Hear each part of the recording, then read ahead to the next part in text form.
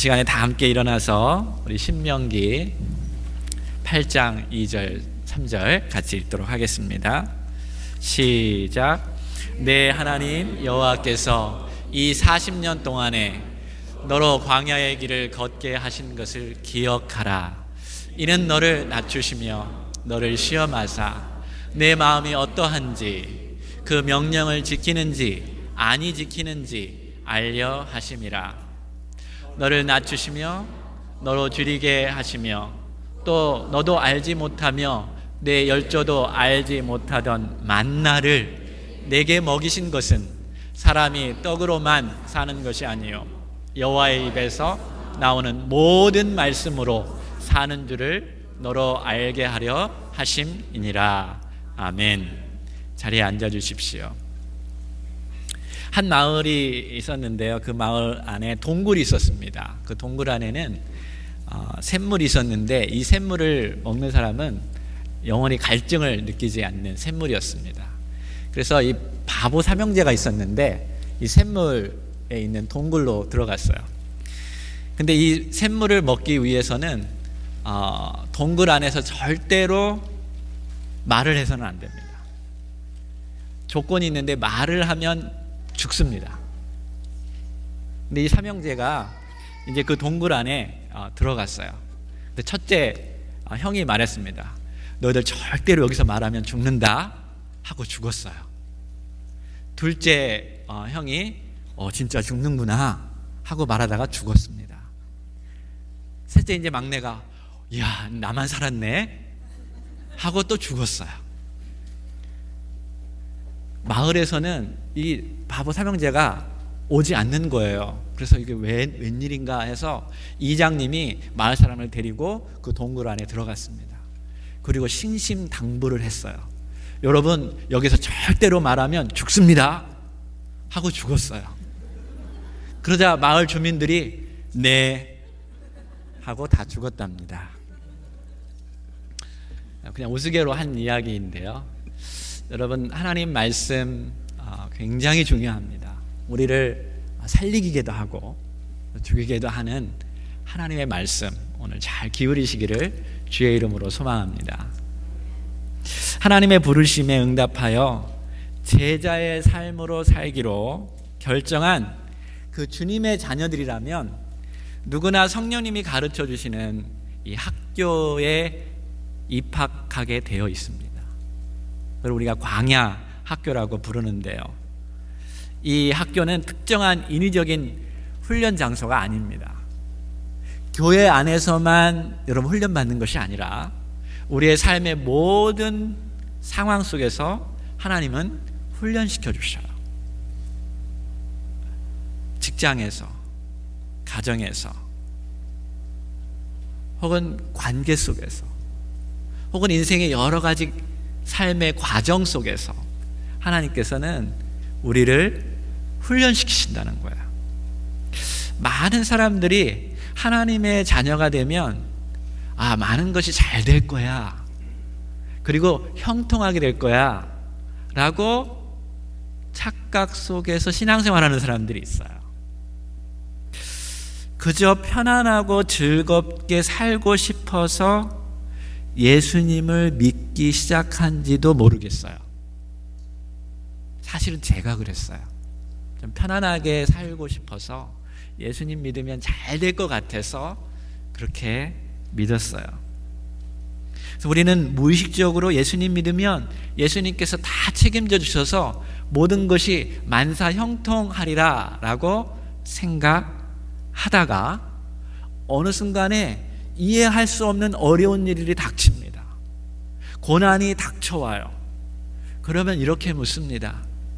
하나님, 내가 하나님 믿기로 작정하고 하나님께 뭔가 좀 헌신하고 하나님을 잘 믿으려고 하는데 왜 내 상황 속에서 이렇게 어려움을 주십니까? 조금 더 성경을 잘 아는 사람은 이렇게 묻죠. 고단수로.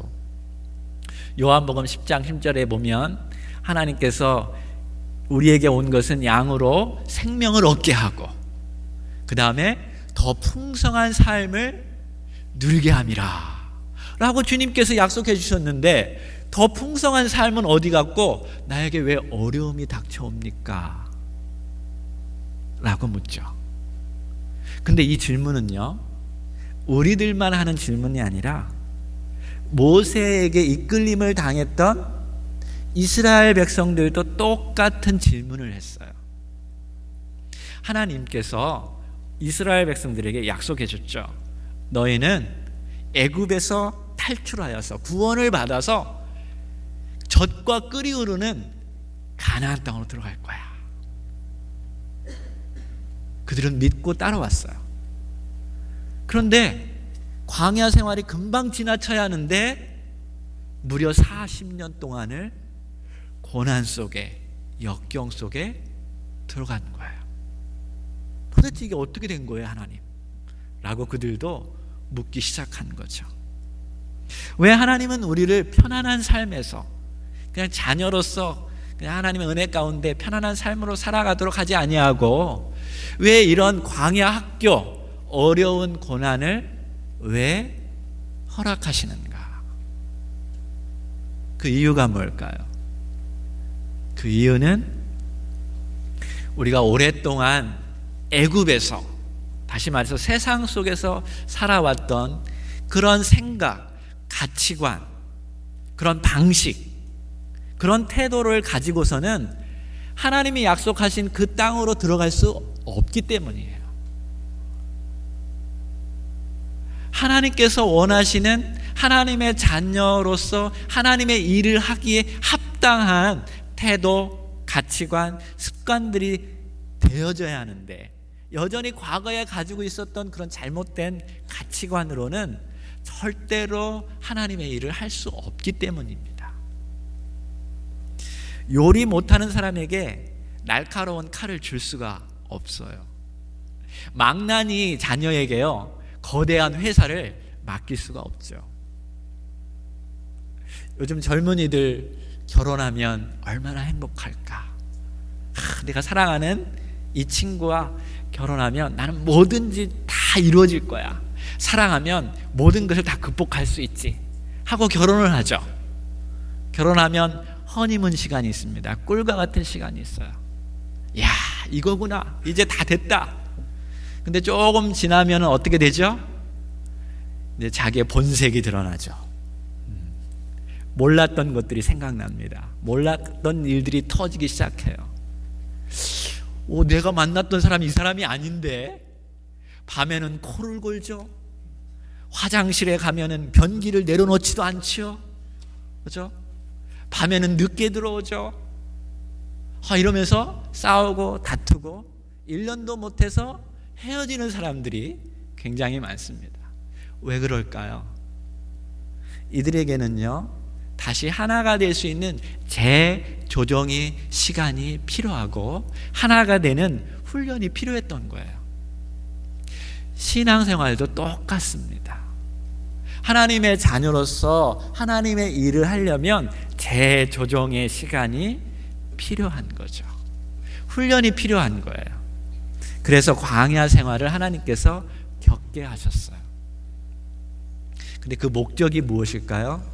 첫 번째로 그 목적은 하나님의 입에서 나오는 말씀으로 살게 하기 위해서예요. 그전에는 세상의 떡으로, 세상의 방식으로 살아갔다면 이제 광야 생활을 통해서 하나님의 방식으로 살아가도록 만들기 위해서 하나님이 광야 생활을 허락하셔요. 신명기 8장 2절 3절 다시 한번 읽어봅시다. 시작.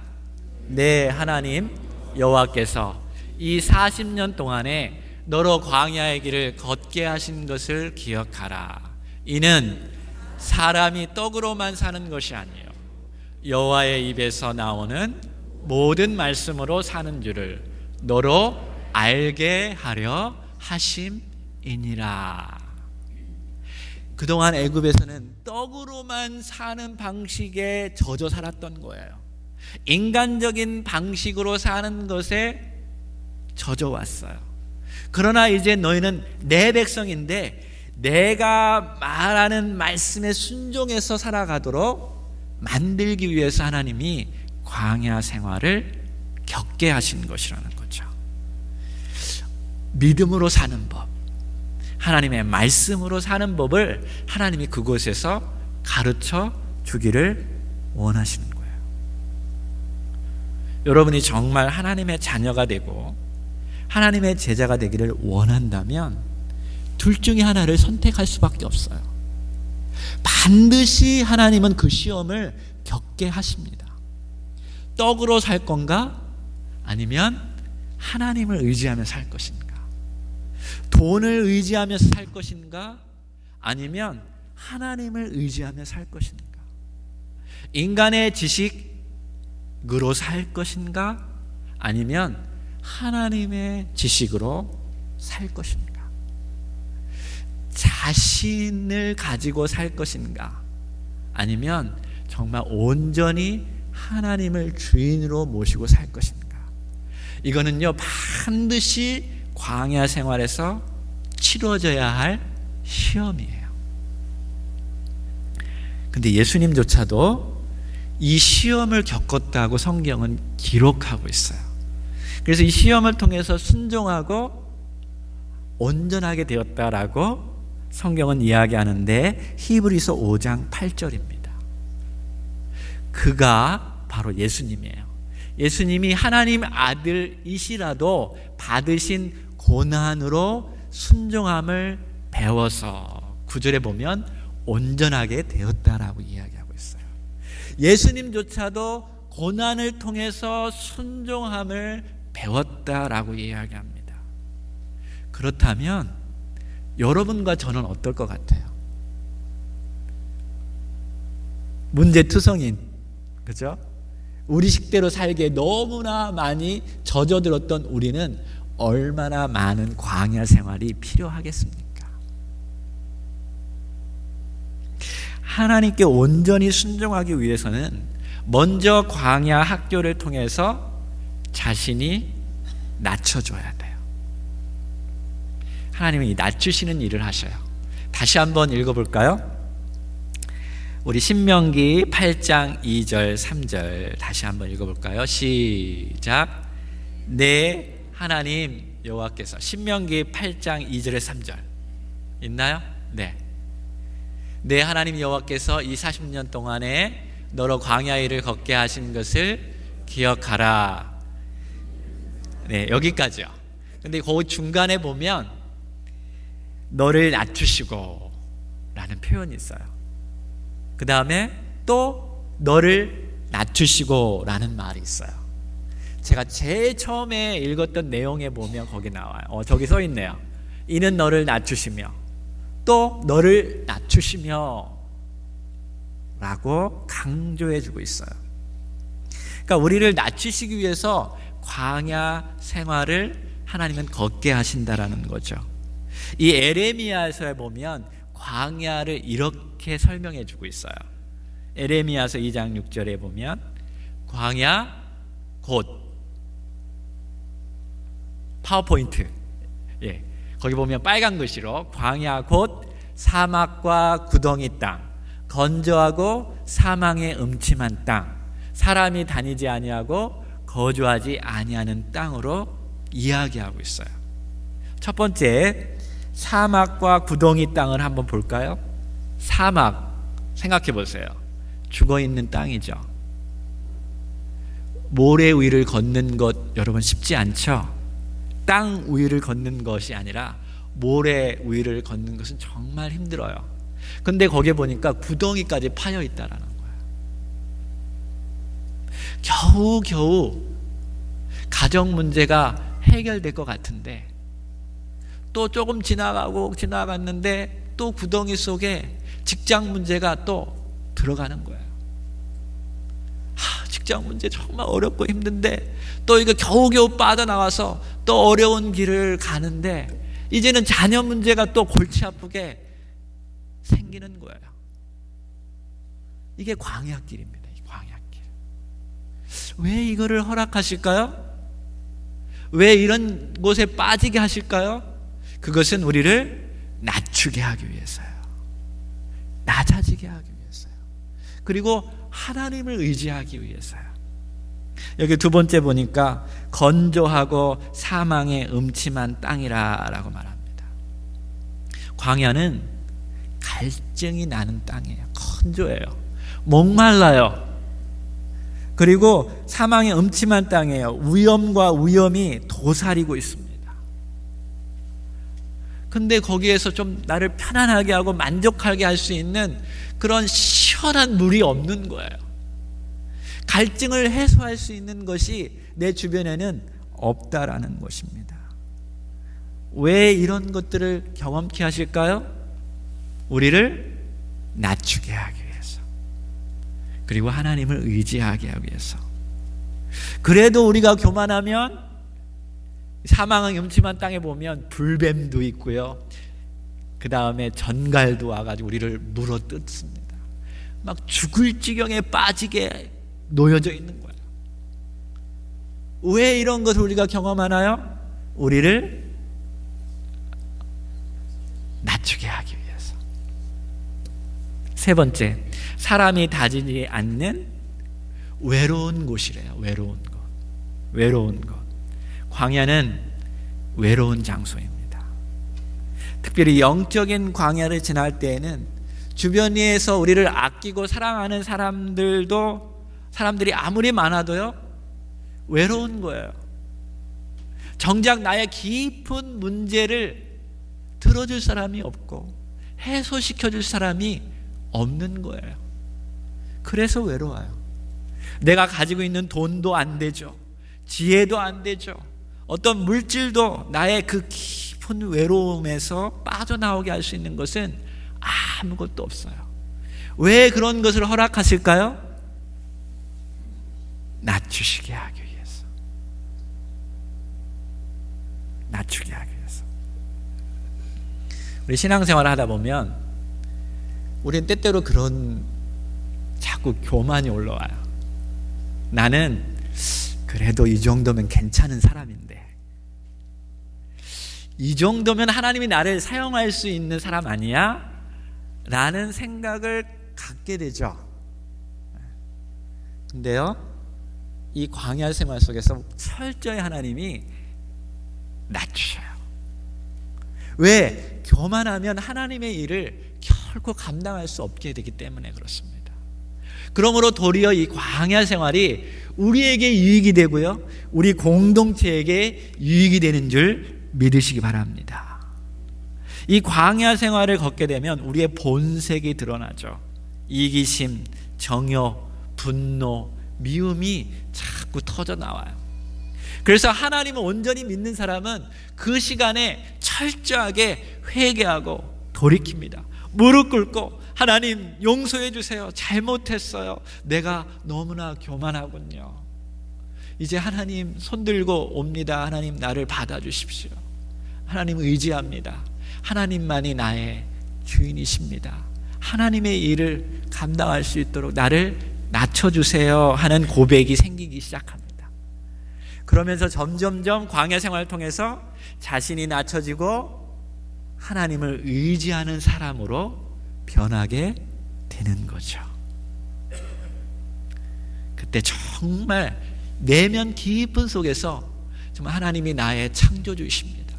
하나님이 나의 살고 죽는 것을 하나님이 나의 갖고 계십니다. 내가 숨쉬고 내가 숨을 멈추는 것은 하나님의 주권 안에 놓여져 있습니다라는 고백이 저절로 나오게 되는 거죠.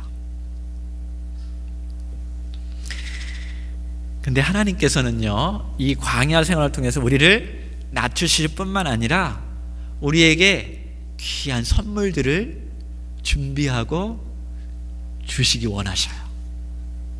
그게 세 번째, 광야에서 예비된 축복들이 있습니다. 이거를 여러분이 꼭 아셔야 돼요. 같이 한번 다시 읽어볼까요? 신명기 8장 2절 3절 시작. 내 하나님 여호와께서 이 40년 동안에 너로 광야의 길을 걷게 하신 것을 기억하라. 이는 너를 낮추시며 또 너도 알지 못하며 내 열조도 알지 못하던 만나를 내게 먹이셨다 만나라는 축복을 하나님이 주셔요. 앞에서 열거했던 여러 가지 어려움을 겪는 것 그 자체가 하나님께서 우리를 광야로 보내는 목적이 아니에요. 하나님은 오히려 광야에서 우리가 힘들고 어려운 조건들에 초점을 맞추는 것이 아니라 하나님께서 우리에게 주시고자 하는 축복과 그 손길을 느끼게 하기를 원하셔요.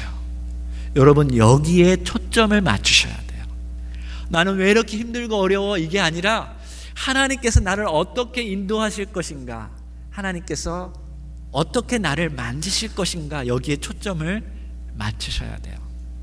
첫 번째, 하나님께서 어떤 축복을 주시냐면요, 이 채찍과 징계를 주실 뿐만 아니라 당근도 주셔요. 당근, 축복을 주시는데 첫 번째로는 신령한 음식을 보내주신대요. 근데 그거를 만나예요. 만나, 메나라고 하는데요, 이것은 이 뜻이 뭐냐면요, what it is. 이게 뭐지? 이게 뜻이에요. 만나의 뜻. 왜냐하면 한 번도 그들은 이 땅에서 본 경험이 없기 때문에 이게 뭐지? 라는 거예요. 왜 몰랐을까요? 어디에서 왔을까요? 이 음식은 하늘에서 왔기 때문에 모르는 거예요. 하나님께서 주시는 신령한 음식을 하나님은 예비하고 준비하고 계시는 거예요. 사람들이 생산한 것이 아니라 하나님께서 만드신 것을 우리에게 먹이시려고 하나님이 하신다라는 거죠. 이 만나는 이스라엘 백성들에게 매일 주어졌어요. 얼마 동안? 4일 동안? 생각해 보세요. 어디에서? 광야에서 40년 동안 주어졌어요. 이스라엘 인구는 군대에 들어갈 수 있는 남자들만 약 60만 명 정도 되었다고 합니다. 자, 그렇다면 가족, 아이들, 노인들까지 합치면 200만은 좋게 돼요. 한번 생각해 보세요. 200만이 지금 광야길로 들어갔어요. 하루도 아니고 40년 동안에 하늘에서 하나님이 만나를 내려주셔요. 여러분, 하나님은 기적을 베푸실 수 있는 하나님 것을 믿으시기 바랍니다. 이 신령한 만나는 광야에서 경험되었다라는 사실을 기억하세요. 어디에서요? 어디에서요? 광야에서. 우리가 쩔쩔매고 구덩이에 막 들어가고 외로움에 처지고 정말 죽을 지경에 있는 그 광야에서 하늘의 만나가 주어진다라는 거예요. 이게 뭐지 도대체? 정말 하나님 너무나 힘들고 어렵습니다. 하나님 도와주세요. 하나님 함께해 주세요. 내가 하나님 정말 온전히 믿기를 원합니다 라고 우리가 외칠 때 광야 속에서 하나님이 만나를 주신다는 거예요. 여기 많은 분들이 아마 그런 경험을 했을 거예요. 인생의 어려운 역경을 지나갈 때 하나님께서 하나님의 방식으로 여러분을 인도해 주시고 그런 걸 체험해 보신 적 있습니까?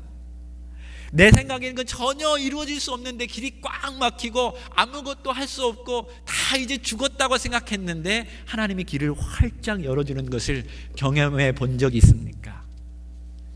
하나님 이걸 경험하기를 원하셔요. 이걸 경험하지 않은 사람은요, 광야길을 한번 들어가 보면 알 수 있어요.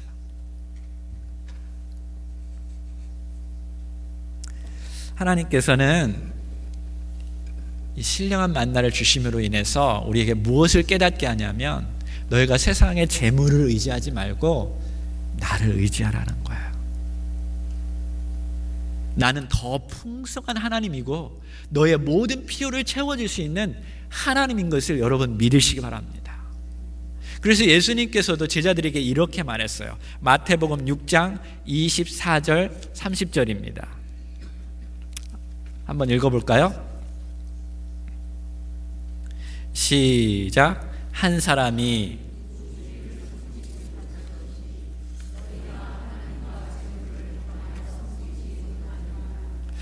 그러므로 내가 너에게 이르노니 목숨을 위하여 무엇을 먹을까? 무엇을 마실까?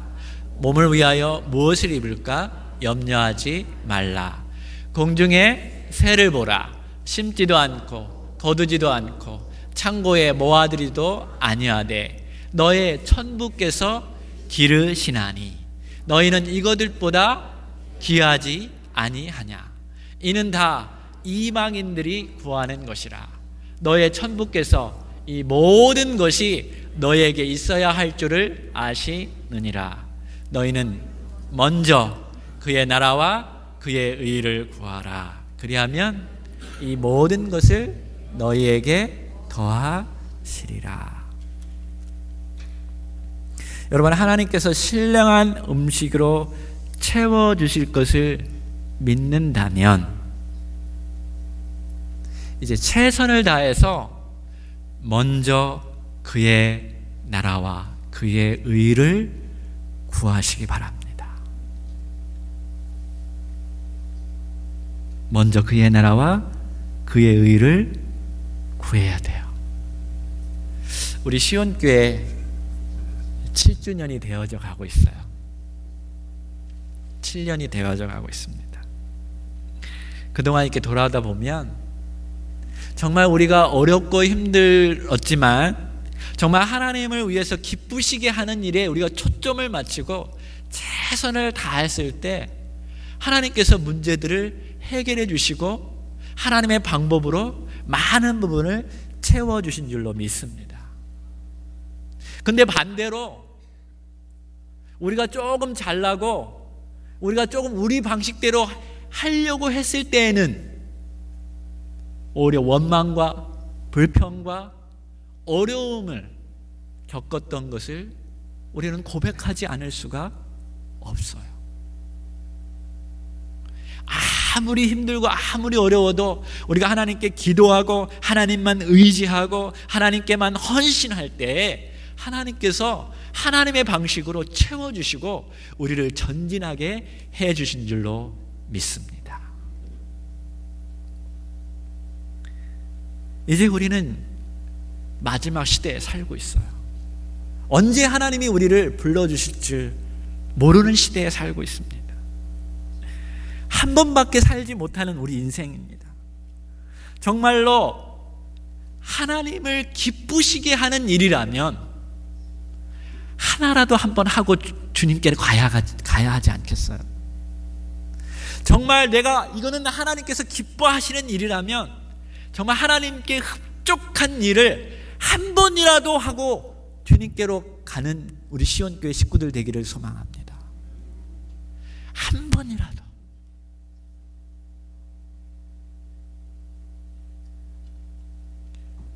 주님 말씀하시잖아요. 걱정하지 마라. 물질 때문에 걱정하지 마라. 내가 다 채워주마. 문제는 내가 내 방식대로 내가 말하는 것대로 너희가 행동하느냐가 중요한 거야.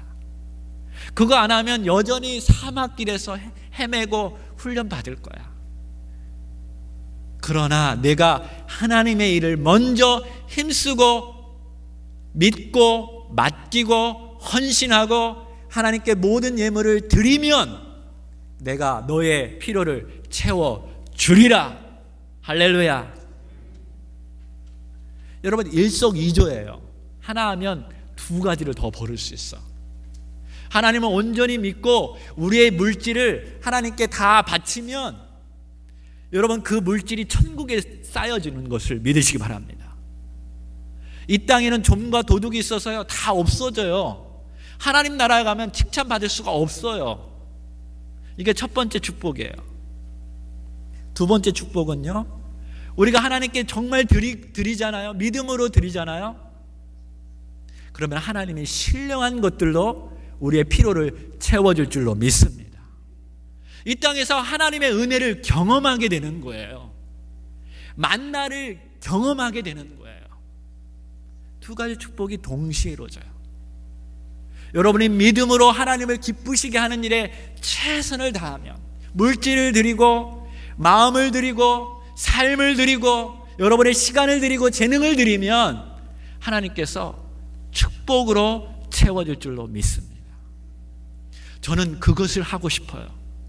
앞으로 우리 시온교회가 그 길을 가고 싶어요. 아무리 힘들고 어려워도 먼저 그의 나라와 의를 위해서 헌신하는 교회가 되기를 원합니다.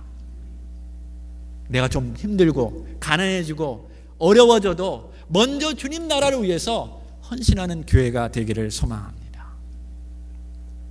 두 번째로는 신령한 물을 하나님이 준비하고 계셔요. 신명기 8장 15절 읽어보겠습니다. 시작. 너를 위하여 물을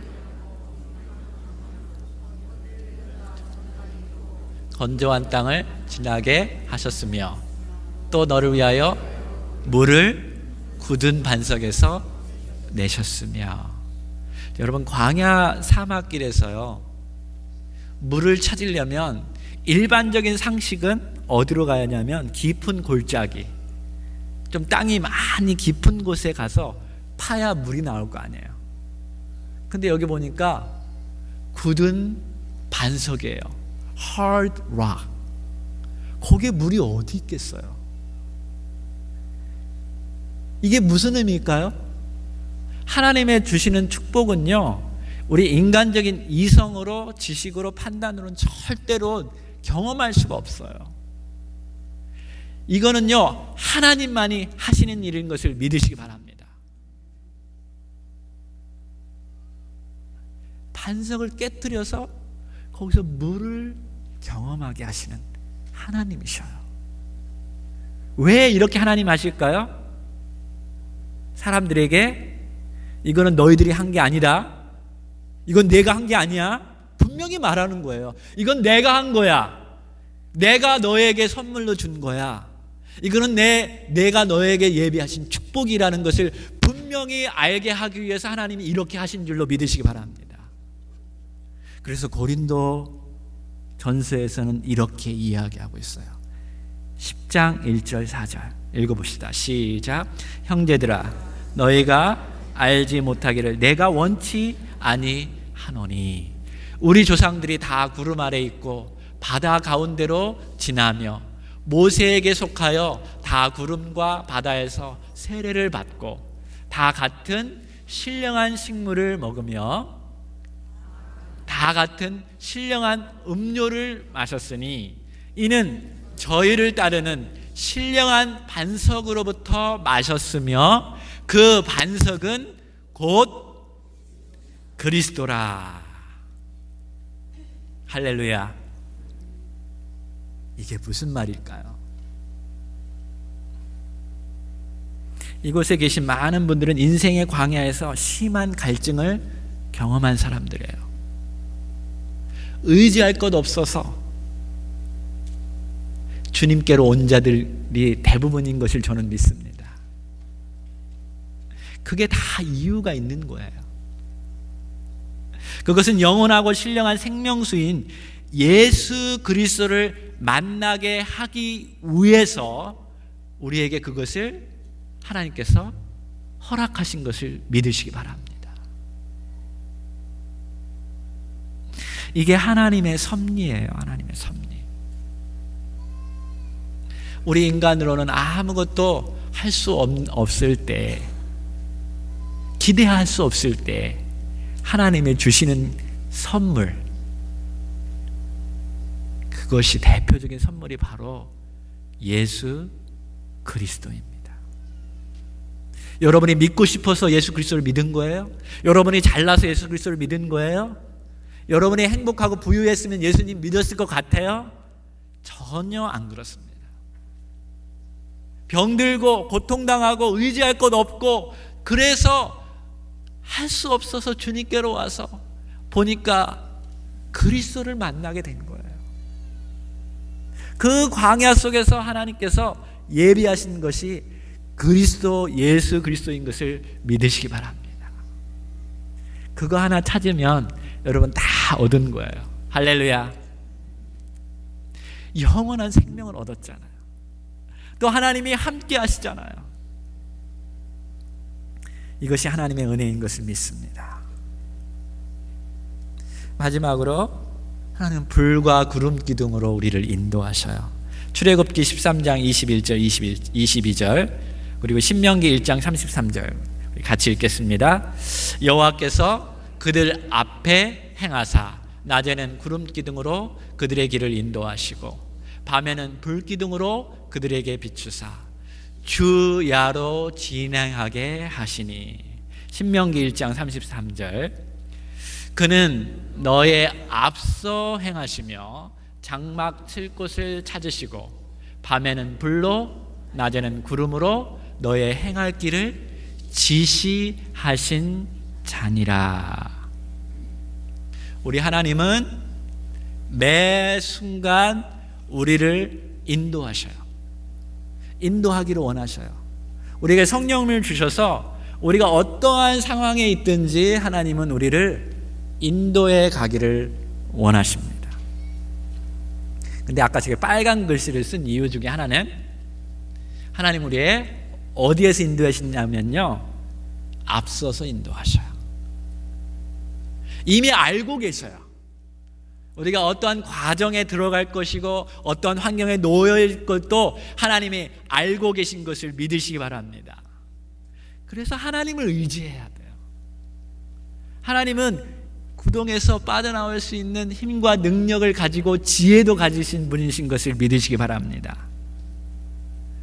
그래서 주님과 대화를 하시고 주님과 동행해야 돼요. 주님은요, 어느 한 곳에서 우리가 딱 스떡이 되어서 움직이지 못하기를 원치 않으셔요. 여러분 그거 아셔야 돼요. 앞서 행해서요, 주야로 전진하기를 하나님 원하셔요. 낮에도 전진하고 밤에도 전진하기를 원하셔요. 그래서 낮에는 구름 기둥으로 밤에는 불 기둥으로 우리를 인도해 가시는 거예요. 근데 그 어려운 일에 딱 스탁 당했을 때 어떻게 해야 하냐면 하나님께 기도해야죠. 하나님께 의지해야죠. 그래야 하나님이 우리를 도우시고 인도하시고 하나님이 원하시는 사역을 감당하게 인도해 가시는 거죠. 특별히 혹시 이 중에 지금 길을 잃었거나 깊은 구덩이에 빠져 있거나 혹은 정말 무서움과 두려움 속에 지금 빠져 있는 사람이 있다면 주님께 기도하십시오. 주님의 인도하심을 구하십시오. 주님이 여러분 인도해 가실 거예요. 제가 말씀했죠. 기도해야 하나님 응답하시죠. 기도해야 돼요. 주님을 의지하고 주님을 신뢰하기 시작하면 주님께서 하늘의 것으로 우리를 인도해 내실 줄 믿습니다. 성경에 다윗은 그것을 경험했어요. 그래서 다윗이 이렇게 고백합니다. 그 고백이 여러분과 저의 고백이 되기를 원해요. 시편 40편 1절에서 3절입니다. 같이 읽을까요? 시작. 내가 여호와를 기다렸더니 귀를 기울이사 나의 부르짖음을 들으셨도다. 나를 기가 막힐 웅덩이와 수렁에서 끌어올리시고 내 발을 반석 위에 두사 내 걸음을 경고케 하셨도다. 새 노래 곧 우리 하나님께 올릴 찬송을 내 입에 두셨으니 많은 사람이 보고 두려워하여 여호와를 의지하리로다. 아멘. 나를 깊은 수렁에서 기가 막힐 웅덩에서 하나님이 나를 건지셨도다. 절망 가운데, 핍박 가운데, 아무도 나의 마음을 알아줄 수 없는 그런 곳에서 하나님은 이미 나를 보고 계시고 앞서서 진행하고 있어요. 예비하고 있어요. 우리가 부도나는 것도 알아요. 우리의 가정이 깨지는 것도 하나님은 아셔요. 우리가 실패할 것도 하나님은 아셔요. 우리가 병들고 우리가 정말 어려운 가운데 깊은 수렁이 가운데에서 죽을 지경에 놓여 있는 것도 하나님 아셔요. 근데 우리가 하나님을 신뢰하기 시작하고 하나님께 기도하기 시작하면 하나님이 우리는 그 깊은 수렁에서 끌어올리셔서 우리를 견고케 하실 줄로 믿습니다. 이 광야 학교 어느 누구도 피해갈 수 없어요. 죄송합니다. 우리 모두가 하나님은 원하셔요. 그 속에서 우리를 낮추시길 원하십니다. 내 방식대로가 아니라 내 방식대로. 이제 내가 나와 함께 영원히 하나님 원하는 그 땅에서 살 건데 그 방식으로는 안 돼. 너를 들어서 내가 내 일을 하고자 하는데 넌 낮아져야 돼. 우리 낮추셔요. 근데 낮추실 뿐만 아니라 하나님께서 우리의 필요를 채워주시고 우리를 인도해 가시고 우리와 함께 동행하심으로 하나님의 뜻을 온전히 이루게 하실 줄로 믿습니다. 여러분, 오늘 추수감사절이에요. 이 광야 속에서도 우리 하나님께 감사할 수 있는 거 아십니까? 내 어려운 조건들만 보면 감사할 수 없어요. 여러분, 장미꽃에서 이 가시, 장미꽃의 가시만 보면 감사할 수가 없죠. 맨날 찔리고 헐트당하는 거예요. 근데 그 가시꽃 위에서도 무엇이 필까요? 장미꽃이 피워요. 여러분, 인생에 아무리 악한 것이 있고 우리를 어렵게 하고 깊은 수렁에 있어도 하나님을 의지하기 시작하고 신뢰하기 시작하면 하나님의 장미꽃 같은 아름다운 인생으로 바꾸어질 줄로 믿습니다. 이 시간에 정말 하나님, 오늘 내가 가지고 온 것, 두려움, 어려움 이런 거 많은데 이제부터 믿음으로 주님을 신뢰하기를 원합니다. 하나님, 정말 이제 하나님이 원하시는 먼저 그의 나라와 그의 의, 영혼을 구원하고 영혼을 살리고 정말 이웃을 정말 사랑하고 돌보는 그런 진짜 하나님을 기쁘게 하는 일에 내가 최선을 다하겠습니다. 내가 물질을 바치고 내 삶을 바치겠습니다. 여러분, 이것이 진정한 하나님께 감사를 드리는 크리스찬인 것을 믿으시기 바랍니다.